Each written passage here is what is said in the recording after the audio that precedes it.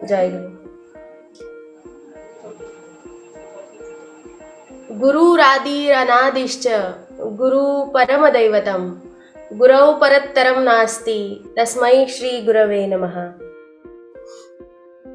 सृष्टि के परम उद्धता युग अवतार परम प्रेममय श्री श्री ठाकुर अनुकूल चंद्र परम आराध्या जगत जननी श्री श्री बोरमा, परम पूज्यपाद श्री श्री बोरदा, परम पूज्यपाद आचार्य देव श्री श्री दादा, इनके रातुल चरणों में मेरा शतकोटि प्रणाम निवेदन करती हूँ। पूजनीय बाबादा एवं समस्त ठाकुर परिवार के सदस्यों के चरणों में मेरा विनम्र अभिवादन निवेदन करती हूँ। आज के इस पटना सत्संग में उपस्थित सभी भक्तिमती श्रद्धेय माँ और दादा को मेरा आनंदित जय गुरु और बहुत सारा प्यार।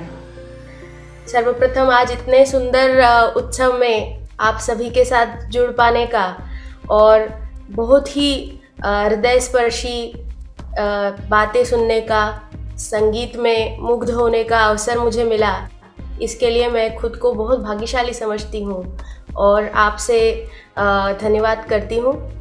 आज जिस प्रकार मुझे बताया है कि शिक्षा और दीक्षा इस विषय के संबंध में ठाकुर जी की नीति विधियों को दृष्टि में रखते हुए कुछ विचार रखने का मुझे अवसर मिला है, तो उसको ध्यान में रखते हुए मेरे विचार मैं रखना चाहूँगी।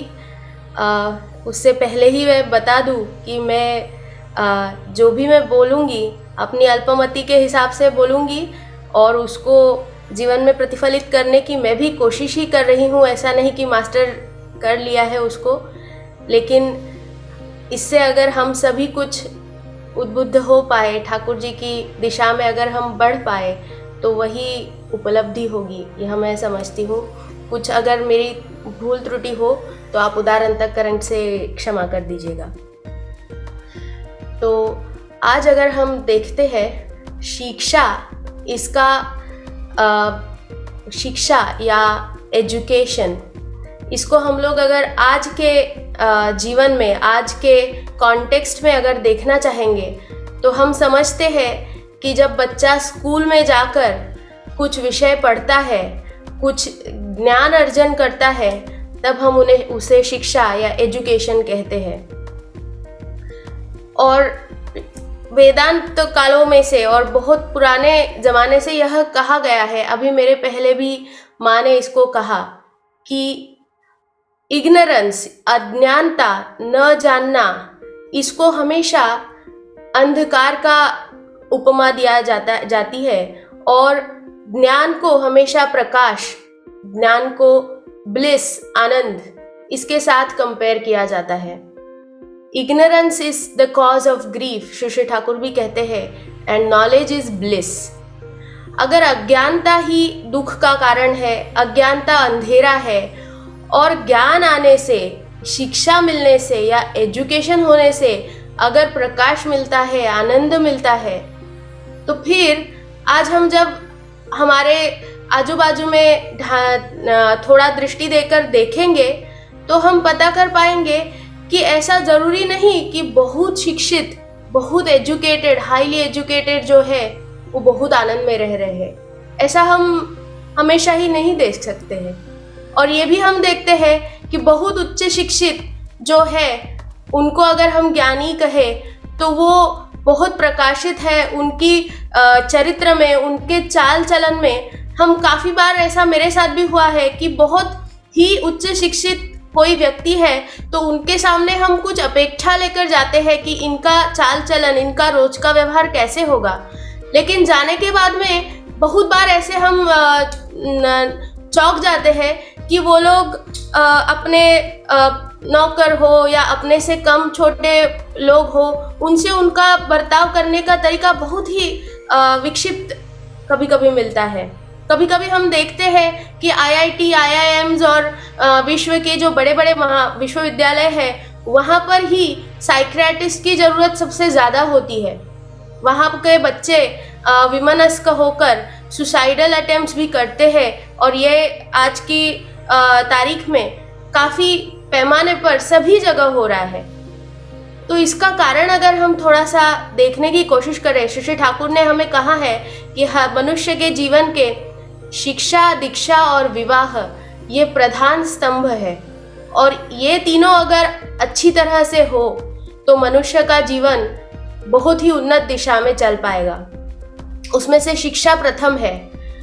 तो हमारा जो शिक्षा का डेफिनेशन है, हमारा जो एजुकेशन का आज के ज़माने में डेफिनेशन है, वो बहुत ही कॉन्स्टिपेटेड, बहुत ही सीमित, परिमित छोटा सा डेफिनेशन है।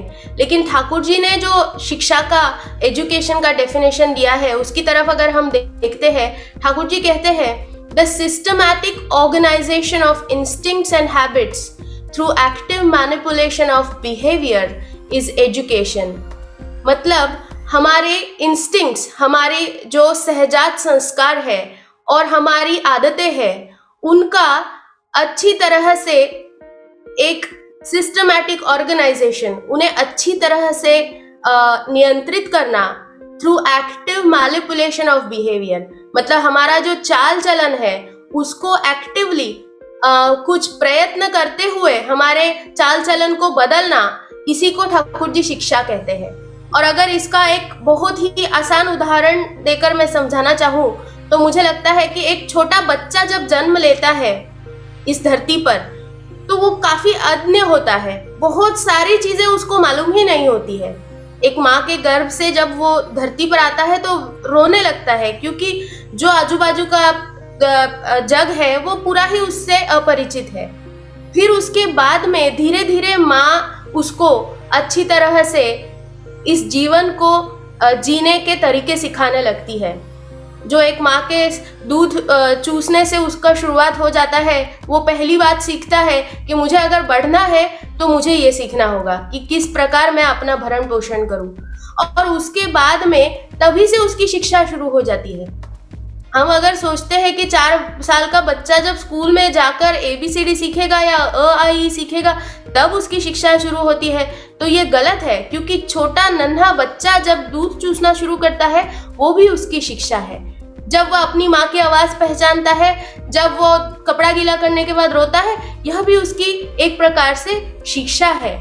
और उसमें ठाकुर जी कहते हैं कि systematic organisation of instincts and habits.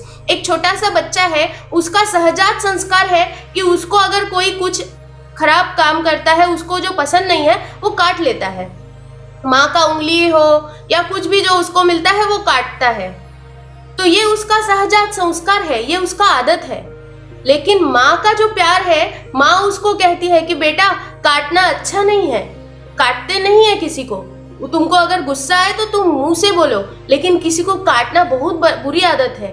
तो एक्टिवली वो अपने इंस्टिंक्ट को बदल देता है। जैसे बड़ा होता है तो उसको समझता है कि कुत्ता काटता है लेकिन आदमी नहीं काटता है, तो मेरा काटना गलत है। तो उसने अपना जो आदत है उसको बदल लिया, और यही है शिक्षा कि वो सीख गया। तो इसी प्रकार जीवन वर्धन के लिए जो जो आदतें बदलना जरूरी है, उनको बदलते बदलते आगे चलना ही ठाकुर जी उसको एजुकेशन कहते हैं, शिक्षा कहते हैं। अगर हम आज देखेंगे कि स्कूल में जाने से बच्चा मैथमेटिक्स पढ़ता है, भाषाएं पढ़ता है, लेकिन फिर भी जीवन चलन के लिए जब एक बच्चा हायर यूनिवर्सिटी में जाकर सुसाइडल अटेम्प्ट करने की कोशिश करता है, मतलब जीवन में आने वाली जो कुछ समस्याएं हैं उसको हल करने का तरीका फिर भी वो सीख नहीं पाया है। जब भी वो पोस्ट ग्रेजुएशन में गया है, लेकिन नॉर्मल लाइफ में जीते वक्त जो भी उसके सामने आ रहा है उसको टैकल करने की गतिविधि वो नहीं सीख पाया। इसी के लिए उसको कठिनाई हो रही है जीवन। और जहाँ जीवन खंडन हो रहा है, जहाँ सुसाइडल अटेम्प्ट हो रहा है, इसका मतलब ये है कि वो जीवन वृद्धि की तरफ नहीं जा रहा है। तो उसकी शिक्षा जो भी उसको मिली है, कितनी ही ज्यादा क्यों ना हो, लेकिन ठाकुर जी इसको कहते हैं स्मृति का बैल। ठाकुर जी कहते हैं कि अगर शिक्षा आपके चरित्र को स्पर्श नहीं करती है, आपको वृद्धि की दिशा में नहीं ले जाती है, तो वह शिक्षा सिर्फ एक ग्रामोफोन के रिकॉर्ड की तरह आपके ब्रेन में, आपके मस्तिष्क में वो एक छिद्र बना देगी। लेकिन वो चरित्र जब आपको जीवन में उसका जरूरत है तब आपको उसका कम ही उपयोग रहेगा।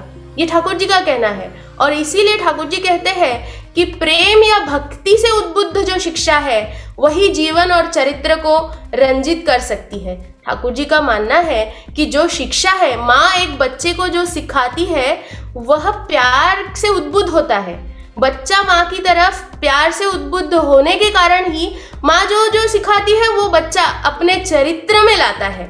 ऐसा नहीं कि खाली उसके दिमाग में बैठता है, वह उसके चाल चलन में, उसके डिसीजन मेकिंग में, सभी में वो उभर आता है। क्यों? क्योंकि उसकी शिक्षा माँ से जो मिलती है वो प्रेम या भक्ति से उद्बुद्ध है।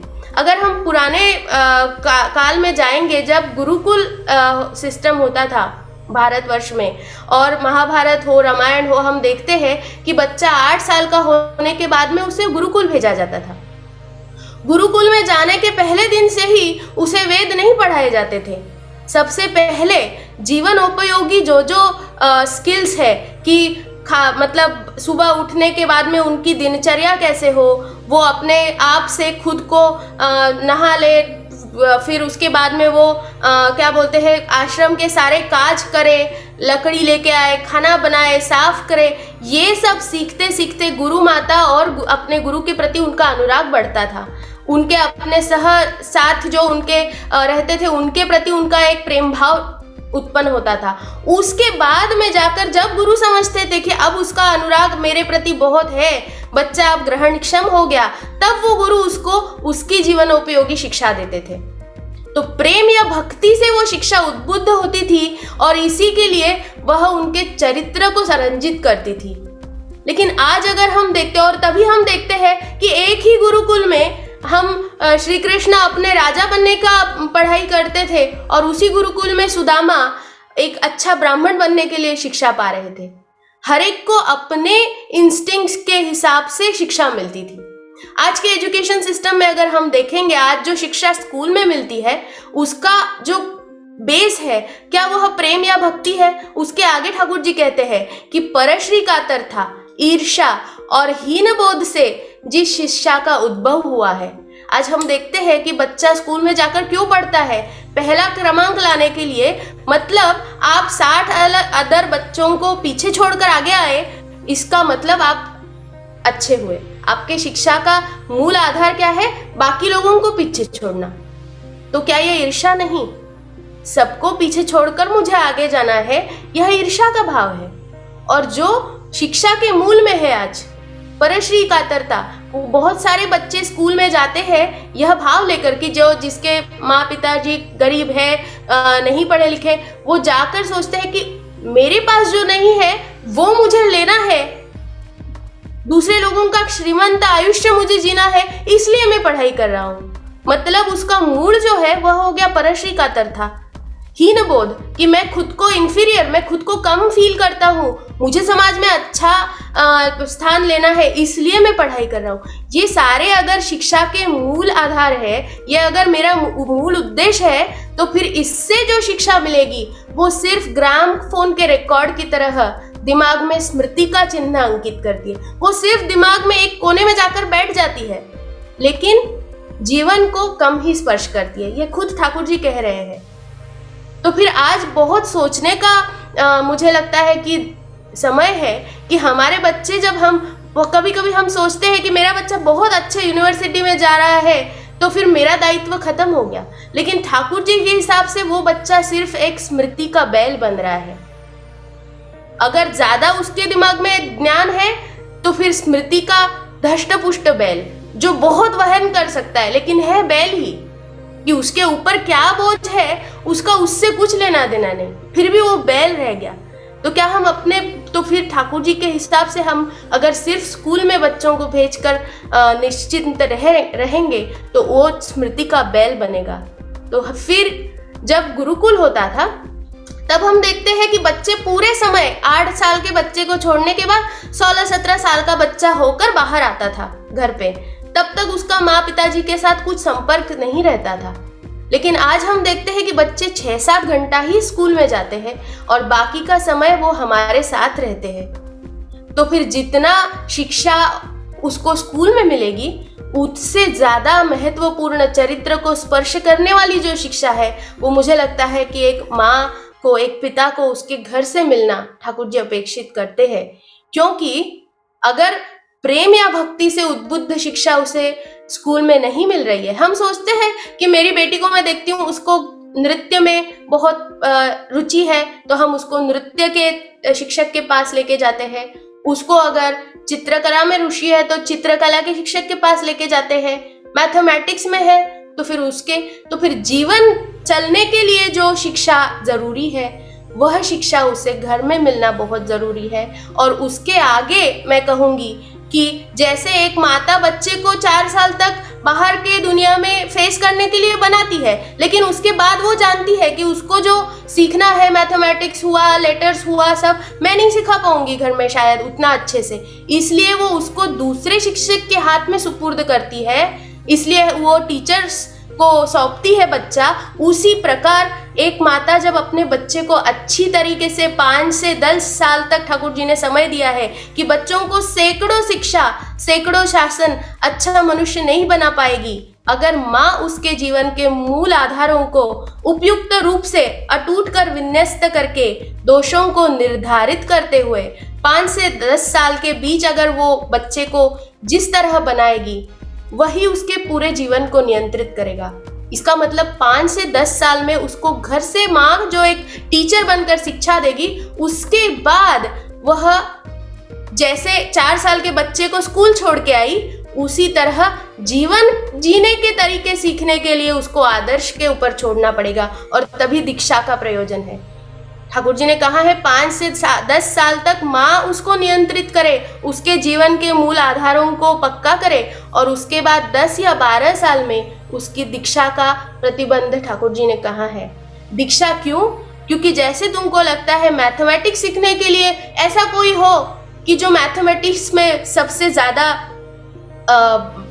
सबसे एक्सपर्ट हो, उसी प्रकार जीवन जीने के लिए जो हमारे आदर्श हो, हमारे गुरु है कि जिन्होंने खुद अपने जीवन में जी कर दिखाया है, जीवंत गुरु, कि जिनका खुद का जीवन देखकर ही हम समझ पाएंगे कि कैसे जीऊं मैं, तो उनके हाथ में सौंपना भी उतना ही इम्पोर्टेंट है जितना एक स्कूल में दाखिल करना, और वहां पर ही दीक्षा का प्रयोजन आता है जीवन जीने के लिए। और एक माँ ही ये कर सकती है, क्योंकि ठाकुर जी कहते हैं कि जैसे स्वामी के प्रति आकर्षण जैसा सूत पाता है जीवन वैसा। बच्चे का पिता के प्रति बचपन से प्यार नहीं होता है, क्योंकि वो माँ की गोद में पला बढ़ता है, माँ को पहचानता है, उसकी स्मेल, उस माँ की गंध, माँ की आवाज वो तुरंत पहचानता है, लेकिन उसका उतना पिता के प्रति टान नहीं होता है, खिंचाव नहीं होता है। जब देखता है कि मेरी पसंद की माँ एक दूसरे किसी व्यक्ति को बहुत पसंद करती है, वो उसको आदर करती है, तब वो बच्चा पिता के प्रति प्यार पाता है। उसी प्रकार जब मेरी माँ उसके गुरु के प्रति इतनी श्रद्धा रखती है, उसके गुरु के हर एक शब्द को पालन करने की कोशिश करती है, सुबह शाम उसके जीवन में मैं गुरु का स्थान अगर बहुत अच्युत पाता हूँ, तो उस बच्चे को दीक्षा लेने के लिए कोई कठिनाई नहीं होगी, क्योंकि उसके भी जीवन में गुरु अहम हो जाएंगे। जैसे माँ को पिता पसंद है, इसके लिए पिता को बच्चा प्यार करता है, उसी प्रकार माँ के लिए गुरु बहुत महत्वपूर्ण है, तो बच्चे के भी जीवन में वो अपने आप हो जाएंगे। तो मुझे लगता है कि ये माँ होते हुए मेरा कर्तव्य है कि मेरे जीवन में मैं खाली बात कर कर बच्चे को गुरु के प्रति आकृष्ट नहीं कर सकती। मेरे जीवन में अगर मैं गुरु को लेकर चलने की कोशिश करती हूँ, तो फिर वो भी धीरे धीरे, जैसे वो छोटा बच्चा 1 साल का चलना नहीं सीखता है, तो क्या हम उसको वैसे ही छोड़ देते हैं? नहीं, तो हम उसको पकड़ पकड़ के, वो रोता है, गिरता है, तो माँ उसको पकड़ पकड़ के फिर चलाती है, कोशिश करती है। अगर जिस दिन पहले दिन मैं स्कूल में मेरे छोटे बच्चे को लेके गई, तो वो स्कूल में नहीं बैठना चाहता है, वो रोता है, भागता है, उधर बहुत चिल्लाता है, तो फिर क्या मैंने डर के उसको स्कूल में छोड़ना छोड़ दिया? नहीं, मैं फिर भी उसको भेजती रही, फिर उसको स्कूल अच्छा लगा। उसी प्रकार ठाकुर जी का भी अगर मैं आज उसको बात बोलूंगी, तो क्या पहले दिन से वो सब करना शुरू कर देगा? नहीं, वहां पर भी हो सकता है कि वो पहले आलस करेगा, नहीं उसको रुचि रहेगा, लेकिन फिर भी उसको उस रास्ते में उंगली पकड़कर चलकर सिखाना, एक गुरु के पथ पर चलकर सिखाना, यह मैं मेरा ही कर्तव्य मानती हूँ, माँ का ही ये कर्तव्य है। और जब ये हर एक माँ उसकी शिक्षा और दीक्षा में जो रिस्पॉन्सिबिलिटी है वो अगर समझ पाए, उस हिसाब से अगर अपने बच्चों को ढाल पाए, तब मुझे लगता है कि ये जो हम बाहर केसेस देखते हैं कि उच्च शिक्षित, उच्च विभूषित होकर भी जीवन चलन का तरीका उनको नहीं पता, ये बात तब नहीं होगी।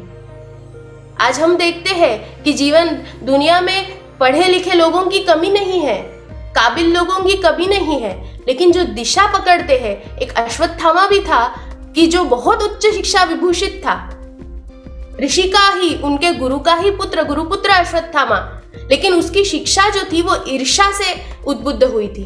अर्जुन को अगर मेरे पिताजी इतना प्यार कर कर सिखाते हैं तो मुझे क्यों नहीं, यह सोचकर उसने पूरी पढ़ाई अगर करी तो उसकी जो पूरी शिक्षा हुई उसका उसने उपयोग अधर्म को आगे लेने के लिए किया है, हम देखते हैं। तो आज हम यही देखते हैं, अश्वत्थामा चिरंजीव है, इसका एक मतलब यह भी है कि उस जमाने में एक ही अश्वत्थामा शायद था कि जिसने भ्रूण हत्या जैसा पाप कर दिया था। अपनी सारी ब्रह्मास्त्र जैसी विद्याओं का उपयोग उसने एक छोटे से जो अभी तक बच्चा पैदा भी नहीं हुआ उसको मारने के लिए उसने उसका प्रयोग किया था, और उसको जो शाप है, अभिशाप कि चिरंजीव रहेगा, वो मतलब ही है कि आज की दुनिया में हम बहुत अश्वत्थामा देखते हैं कि जो ईर्ष्या के चलते शिक्षा तो लेते हैं लेकिन उसका उपयोग बहुत ही विध्वंसक कामों के लिए करते हैं।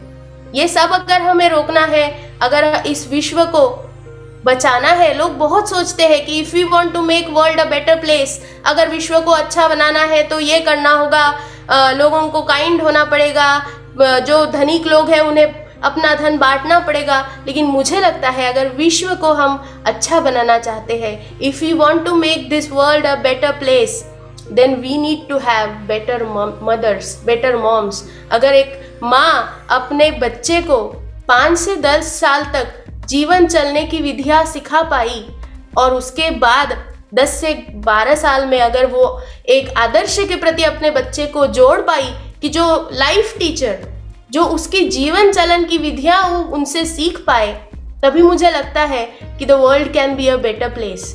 इस विश्व में अगर ऐसे बच्चे और हो कि जो आदर्श को पकड़ के चलते हैं, ठाकुर जी ने हर चीज़ में, आज हम नेदरलैंड्स में जो हमारे यूरोप में गुरु भाई है, हम लोग हर रोज आत्मजनेर कथा थोड़ा थोड़ा पाठ करते हैं कि आत्मजनेर कथा में पूजनीय परम पूज्यपाद श्री श्री बोरदा के बारे में उनके कुटुंब के सारे व्यक्तियों ने लिखा हुआ बात है। आचार्य देव श्री श्री दादा, उनकी बेटी कल्याणी माँ, तो उसमें हम देखते हैं कि आचार्य देव परम पूज्यपाद श्री श्री बोरदा की जो आचार्य थे, जो इतने कोटि कोटि लोगों के जीवन को स्पर्श करके उनको उन्होंने उद्बुद्ध किया, उनको जीवन चलने का रास्ता दिखाया, लेकिन वो एक पिता होते हुए भी कितने सक्षम थे। कल्याणी माँ के बाल की चोटी बनाने तक हर एक काम आचार्य देव परम पूज्यपाद श्री श्री बोरदा करते थे। आचार्य देव श्री श्री दादा के साथ में उनको जो खेलने में डर लगता है उसको सिखाने तक वो अपने बच्चे को परवरिश दे, और ये खाली अपने ही बच्चों के लिए नहीं, आश्रम के तभी के सभी बच्चों को एक पिता की तरह वो प्रेम देते थे, उनको वो उद्बुद्ध कर कर जीवन चलन की नीति सिखाते थे। इसी से हमें भी बहुत कुछ सीखने जैसा है कि अगर वे बच्चों को सिखाने में इतना सतर्क थे तो क्या हम अपने बच्चों को ये एटलीस्ट नहीं कर पाएंगे शुरू करने के लिए। समाज या राष्ट्र एक परिवार से बनता है और एक परिवार हमसे बनता है, तो हम अगर उस छोटे हिस्से को ठीक कर पाए और ऐसे अगर सभी लोग हम कर पाए तो समाज और राष्ट्र जरूरी, मतलब 100% वह आगे चलेगा और जो है वहां से कहीं आगे हमें दिखाई पड़ेगा। तो यहाँ पर हमारा सभी का, माँ लोगों का एक अहम रिस्पॉन्सिबिलिटी, एक अहम दायित्व है। ठाकुर जी ने कहा है कि नारियों का बोध, वाक्य, चलन, चरित्र और दक्षता ही शिक्षा का मूल आधार है। नारी शिक्षा का मूल आधार है, तो उनको शिक्षित करते हुए फिर दीक्षित करना यह हमारा प्रधान कर्तव्य है। यही मेरा अंडरस्टैंडिंग है इस टॉपिक का, यही मेरी समझ है। मेरी समझ के हिसाब से जो भी मुझे लगा मैंने रखने की कोशिश की। अगर कुछ गलत बोला हो आप क्षमा करिए। आप सभी के लिए और मेरे खुद के लिए भी मैं यही ठाकुर से प्रार्थना करती हूँ कि आप जिस तरीके के सुशिक्षित बनाना चाहते हैं सबको। आपकी यूनिवर्सिटी में सुशिक्षित बच्चा मैं बना सकूं, आपकी सुशिक्षित यूनिवर्सिटी की छात्रा मैं बन पाऊं, इसके लिए आप मुझे उद्बुद्ध करें, इसके लिए आप मुझे प्रेरणा दें और इस उनके रास्ते पर चलने के लिए हम सभी शक्ति पाए, प्रेरणा पाए। यही उनके चरणों में प्रार्थना करते हुए आप सभी के लिए उत्तमम।